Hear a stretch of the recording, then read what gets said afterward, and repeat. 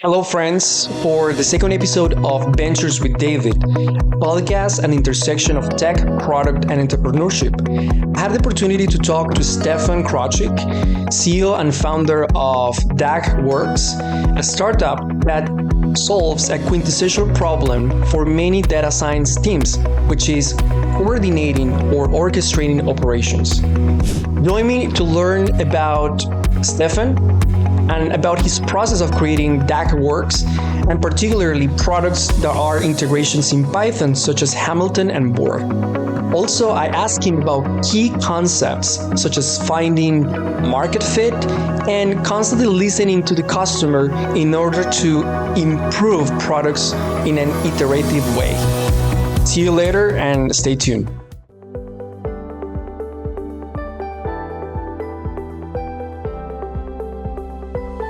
To introduce Stefan, he is an entrepreneur with over a decade, right, Stefan, of experience working in the intersection between machine learning, LLMs, and data science. I decided to interview Stefan because he has something that is very interesting. He has his own startup. He's a Stanford alumni. And on top of that, he created his own tool, which is Hamilton. I think we're going to talk in the following minutes about it. So, Stefan, thank you so much for your time. And I would like to ask you, one of the things that ignites my curiosity is understanding how is the process of creating your own startup, designing your own solution. So imagine you as a Stanford student. Can you help us recreate those images? How was the process of becoming an entrepreneur and then working and coming back to entrepreneurship? Sure. Thanks for having me, David. It's a good question. I mean, at Stanford, I think it's one of those things that you get kind of bit by the bug, since at least it's very easy to self-select into a group where, at least in the computer science department where I was on like Fridays, you would, TGIFs would devolve into conversations of, what could be started, what could be created. So I do think it's a little bit of, you have to be around people who want to do it. And then my inclination was always to try to learn as much as possible before doing it. So a slightly different path than say some of the other people in my peer group who kind of took. But effectively, like, my journey to starting the company was, always interested in these conversations, but also wanted to see like what the real world and what the kind of real companies kind of look like, and so in which case the plan was always a little bit of so I joined LinkedIn, see how large companies that are scaling and growing kind of work, and then slowly make my way down to kind of smaller companies. So I did that throughout my career. So LinkedIn being the largest company you worked at, then moving to Nextdoor, which was engineer number 13. So seeing a lot of growth there, or at least seeing how another company very different from LinkedIn it kind of evolved, and then went to an NLP for enterprise that startup that kind of crashed and burned. That was the smaller side of the companies of things, and then I went to Stitch Fix, where I kind of see it was kind of in between Nextdoor and LinkedIn in terms of size and growth. So I had always been thinking about it, but wanted to really understand a little bit of like how do you manage it at larger scales? How do you build or do things at smaller companies? What is the transition phases? Because different companies at different stages have de-risked what they're kind of doing, right? And so I wanted to experience it all before really diving in. Thank you so much for me summarizing your trajectory. When I opened the webpage of your current company, of your current startup, DAGworks has two main products, which is Hamilton and Bohr, right? And one of the things that caught my attention when I was reading about Hamilton is that you basically help data teams to work more productively through standardization.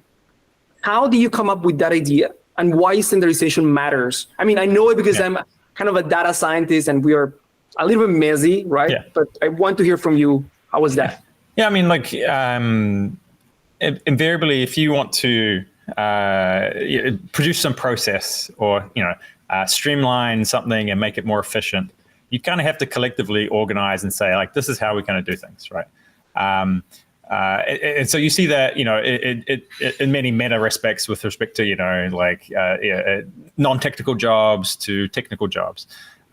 In the case of kind of machine learning, data science, AI, it is a little bit of, there are so many decisions you have to make in terms of that are software engineering. I mean, obviously there's the science decisions, right? But in terms of how you then translate that into software, there's so many decisions. And so in which case, invariably, one of the big problems at Stitch we saw over and over was that an individual would build something, but no one would want to touch it. No one wanted to be on call for it, or like it was really hard to hand off, or just because like everybody made different decisions. So in which case, getting up to speed and onboarding and being able to collectively work together on something was a bit of a challenge. So I mean, because you can hire very capable people, so PhDs, right, from out of Stanford or wherever, right? They can do a lot of things themselves, but then okay, if they leave, right, and like they, whatever they've built has become, something that someone in the business depends on. Like, isn't that a bit scary to have just one person who knows about it, right? Or can come easily, like if there's an issue, not have to spend a week figuring it out, can obviously hopefully spend only just a few minutes, right? And so in which case, I mean, you see this at the big tech companies invariably, is that you start to standardize and build out these kind of, I call them kind of layers of abstraction, at least in the software sense, that help streamline some sort of workflow, or help standardize, or help reduce some of the decisions that someone has to make by, removing them, or just saying everybody has to write data in this format with this type of file name, right? I mean, so there's various levels to it, but I think if you want to enable a well-oiled machine so that a business can pay for people's salaries and have them be productive and have some sort of business value output. If you can standardize it, you can make that more efficient and more effective. So then you can get more out of your team. You can then, if it's standardized, then the infrastructure that you can plug into becomes easier to kind of maintain and manage. So there's like all these kind of trickle-on kind of effects of like, well, if you help the team standardize and do things, then technically you can make, wherever that code moves and runs easier and faster to manage. I see. That sounds that you took from your experience working in different organizations, observing data scientists and how were the challenges of coordinating, and then you crystallized that into Hamilton as a tool for helping orchestration. How I'm going to jump. I often go from asking about the product and then asking about the entrepreneurship. How do you detected market fit for India? Yeah, I mean, good question. So, like, I mean, this is part of the hunch. So, so Hamilton, we built for a team internally. One of the, sound bites was something that used to take them on a day to do. So, a time series model forecasting for update. And being confident that that things were broken took on the order of a day, say like 8 hours. But by switching to Hamilton, just by changing how they write code and how it simplifying what they had to do to make a change and be confident, right? That took less than 2 hours, right? So I mean, like seeing that, like if you can help teams standardize, you get this kind of efficiency. Right. So in terms of, I mean, that team really enjoyed using Hamilton, right? And so in terms of, you think about, finding users who have a fit or a for, right? Like I think that's true. With an open source company, I think it's a little more. You have to find product market fit twice. So one is you got to have something. So we open source Hamilton, saw people were adopting it, and we thought, okay, how can we? Maybe we should start a company. So I think in terms of, open source, it's like, adoption and users and people being sticky. Like, are they still using it? Because usually with tooling and platform tooling, the stickiness is really the key. You might not know product market fit because they might pick it up for a project, but then if they don't want to pick it up for another one, like technically maybe like you haven't found it. But we've seen that with Hamilton, and so which case, part of where we're going, most of the focus is to grow open source, but we need to also have avenues and ideas on how do you find something that someone's going to pay for, right? And so which case you got to find that line between open source and what's kind of features and other things, in which case that someone in an enterprise would kind of want to pay for rather than build it themselves. So and so which case open source companies from that perspective actually I think take a little longer to develop in that kind of regard. So where we're only just coming up to maybe like 2 years, so like still pretty early on the open source side. But that's kind of with open source, it's like, are people adopting it and using it? And then on the business side, is are people picking up and paying for something? So like we've had some brief proof points on that latter side, but continuing to iterate and find something that most businesses are going to want to pay for on top of using open source. I see. So working on a product that essentially becomes sticky and becomes easy to use is kind of one of the keys to evaluate market fit. I also heard that you are innovating on the field of LLMs, and I don't know if that's related to Burr. So both tools you can use in the space of orchestrating or orchestrating in the light sense of the term, not something like if you've heard of systems like Airflow, Dagster, or Prefect, which are actual systems. We mean like something very lightweight that helps you structure your code and determine what to run next. Hamilton. So we created Burr partly. So I don't know if you caught the reference, but Hamilton and Burr, two founding fathers of US, actually, one killed the other. So we have a bit of a tongue-in-cheek internally of an internal joke there as well. But Hamilton is good for describing things that are kind of flowcharts without loops or conditional kind of branching. It has to be very static.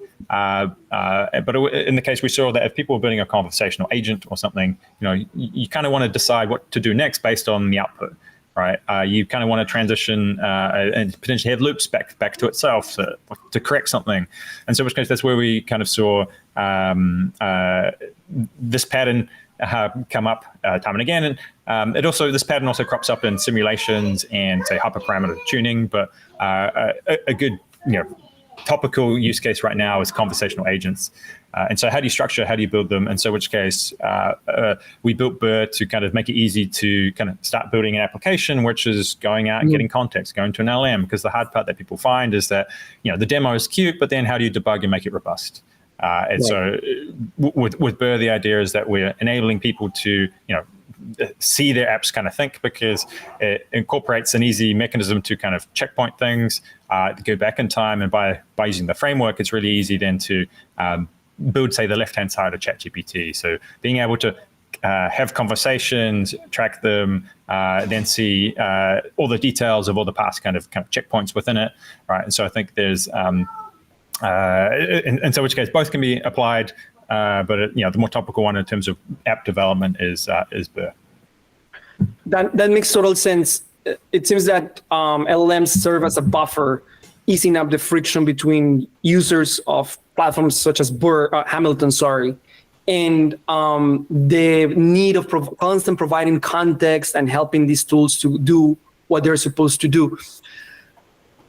What would you say to a student? Let's think about Stanford students for a moment. Like many of us trying to create applications, trying to go into Y Combinator. What would be your suggestions, your advice for them on how to become an entrepreneur with a successful product as you did? Good question. Part of it is you got to talk to people, right? Some of it is you have to understand what's a pain point, right? And so that's the thing. Like you need to kind of find a problem that someone wants solved, right? And so, in which case that is depending on whatever you're doing, whether it's business to business, business to consumer, or whatever, you need to really talk to people who have and try to understand what problems exist, right? And then therefore iterate from there to see if I build something, like would you use it, and then how sticky are they? Would they then pay for it? So I think a lot of it's just some of it's gut intuition. So if you're doing a PhD in something, you probably know something people don't. You can probably hypothesize or guess, and maybe even your research work was related to solving a problem, right? So maybe you can kind of use some of your own intuition and kind of experience there. But in terms of if you just want to be a true entrepreneur, is really also talking to people and trying to find the problems that need to be solved that someone would pay money for, right? And so I think you could do a lot before building something. So friends in my batch at Stanford, for example, were one of the first few to kind of build iPad apps when the iPad kind of came out. the way that they iterated was not by building the app. They actually just went with pencil and paper to a coffee shop and were just talking to people and just going like, hey, what, like, if I built an app that did this, like, what do you think? Would that be cool? Like, what would you do next, right? And so that's how they also iterated on the UI, but also understood and like were actually tangibly able to have a conversation with people. Because I think that's the other thing. You can talk to people about problems, but I feel like if you can show a mock or something a little more tangible, it helps ground that conversation a bit more, and it actually means then that feedback can be a little more valuable. Because if you can't draw a picture or you can't align on something, then you could be thinking you're talking about the same thing, but actually have very, very, very different thoughts. So, so in which case you, want to shorten that iteration loop. And so in which case, that's kind of the key to finding something. I think that you want to then be passionate about, know something people don't, and have be able and have the ability to execute on it. I see. Yeah, that makes total sense. Having a sense of empathy and listening to people is essential, as you described, to innovate. Final question: what would you say to those of us who are working on LLMs and machine learning? Like, what we should pay attention to? Which, like, what is hot right now at this moment? Yeah, I mean, I think so. I think people are starting to learn a little bit more. Like, so LLMs have meant that a lot of people with non-statistical math kind of backgrounds can do things that traditionally you have to have like machine learning background to kind of do, right? But everyone's still trying to figure out a little bit of like, well, how do you evaluate? How do you manage the test? How do you manage the software development lifecycle, right?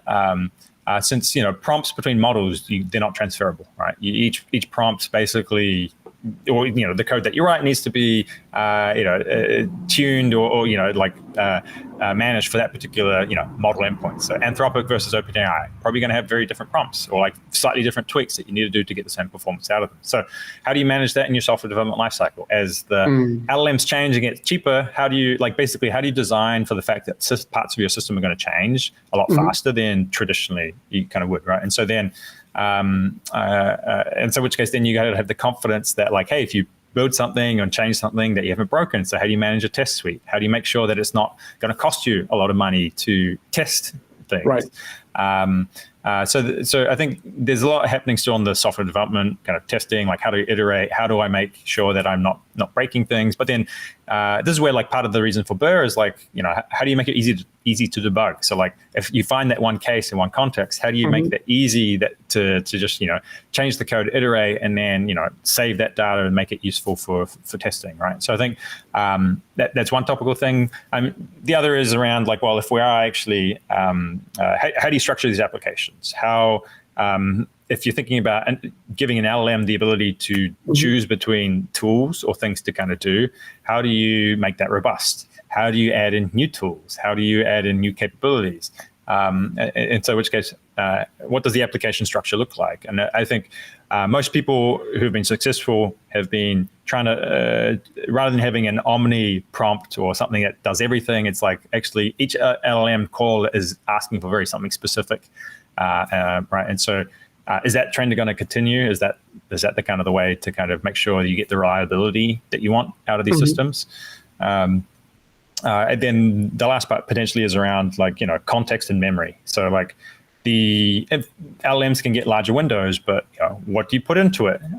If you're going to build a personal assistant, obviously over time you're going to get enough data that like there's going to be a lot of stuff in there, like what's relevant, how do you prune, like as humans, like what do we do here to like make sure that we understand the latest context and then forget the things that aren't useful or relevant, right? So I think those may be slightly more researchy areas, but like if you want to try to build something that's like differentiating, right, then that's kind of where you're going to have to figure out a way to ensure that you can get the right context for the prompt or like at the right point in time. And there's, lots of ways to do it. And then lots of things to integrate with. But yeah, those are, I guess I would say like the three kind of topical areas for me, I think.